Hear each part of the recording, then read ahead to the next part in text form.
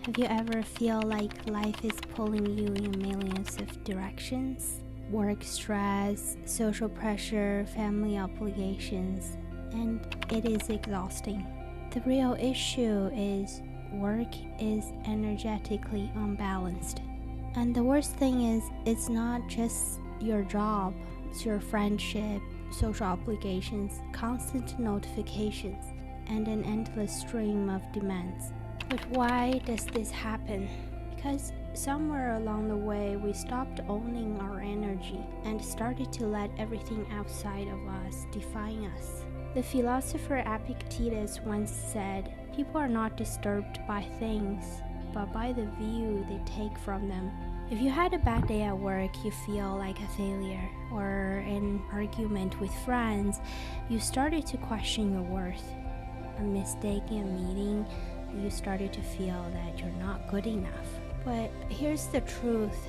You define yourself, not your job, not your mistakes, not your circumstances, and not any of the situations you're in right now.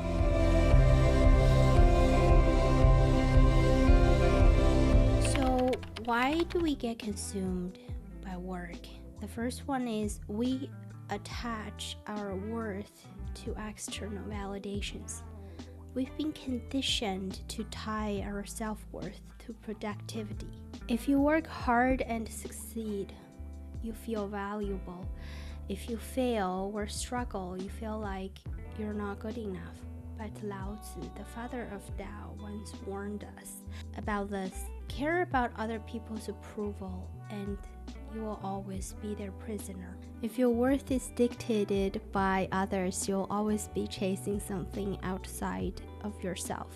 It's like a hamster running on a wheel, and it is a cycle that never ends. And secondly, if we don't set boundaries, so work expands.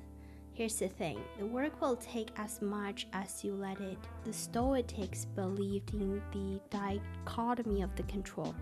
The idea that we should only focus on the things that we can control and let go of the rest. You can't control your boss' emails, but you can control when you stop checking them. You can control how others perceive you, but you can control how you perceive yourself. If you don't set boundaries, the world will set them for you. Thirdly, our brains are wired for survival, not balance. Humans evolved to anticipate danger and solve problems. Back then it was, is that a predator? But now it's like, did I say something stupid in that meeting? Problem is that your brain treats an awkward moment at work the same way it treats a real danger.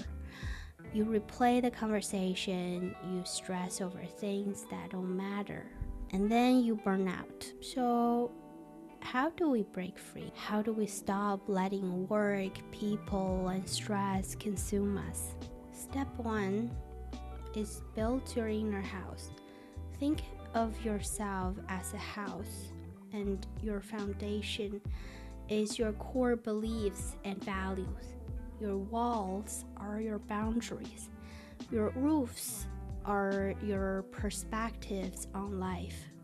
A strong house can handle storms, but a weak one collapses at the first sight of stress.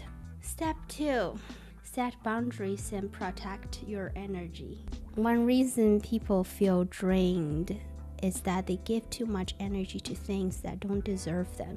But then how do you protect your energy? How do you protect your wall of your inner house? You need to know when to say no.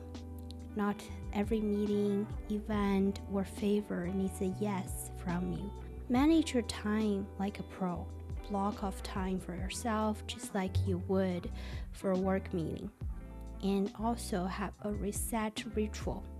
After work, do something that signals the transition. Go for a walk, listen to music, meditate, and the most important thing is your energy is your currency, so spend it wisely. For the longest of time, I was incredibly sensitive. If I had an argument with friends, I'd be obsessed over it for days. If I messed up at work, then I felt I was not good enough. If I said something stupid or awkward, I would literally cry about it. But the problem was never how people see me, how unfair the situation felt, or whether I should defend myself. The real problem was I was not feeling comfortable enough with who I was. I hadn't learned to accept myself, the flaws, the imperfections, all of it. And this is something I learned from those awkward moments. No matter how awkward you felt at that moment, no matter how inappropriate you felt your joke was, or no matter how much you think you embarrassed yourself, that moment does not define you. Because who you are is not fixed. You're constantly evolving, constantly becoming. And the only person who gets to decide who you become is you. We're born fragile, but we're not meant to remain so. We stumble, we fall, we question, we doubt. But in that struggle, we forge something unshakable. A diamond is not born shining. It starts as raw, undefined rock. Ordinary, rough, uncertain. But through time, through pressure, through relentless refinement, it transforms. And so do we. We begin to trust ourselves, our choices, our past, our directions. Not because we're always certain, but because we face doubt, failure, and fear, and choose to move forward anyway. Strength is not given, it's earned. It's carved from the moment we refuse to surrender to self-doubt. It is shaped by every time we decide not to be perfect, but to be resilient. The world moves like an endless tide, rising, falling, ever-changing. Someday, we stand tall like ancient mountains, unmoved by the winds of uncertainty. Other days, we are waves scattered by the storm, adrift in forces beyond our control. But storms do not last, and neither do moments of failure, self-doubt, or fear. A tree does not break because the wind howls. It bends, it sways, it adapts. It roots deeper, unseen, drawing the strength from the very storm that threatens to uproot it. And so do you. Stoics taught that the world is neither cruel nor kind. It simply is.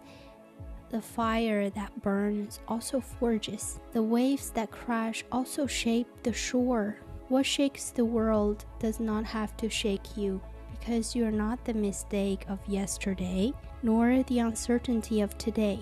You're the quiet strength that rises after each fall. You're the ember that refuses to be extinguished, the light that persists even in the darkest night. Lao Tzu once said, when you let go of what you are, you become what you might be. A river does not resist the current. It flows, it bends, it carves its path through the stone. And so do you. Who you are is not written in stone, nor trapped in a single moment, but shaped like clay, softened by hardship, molded by choice, refined by time. The universe is vast, indifferent to our fears, but in that differences lies freedom.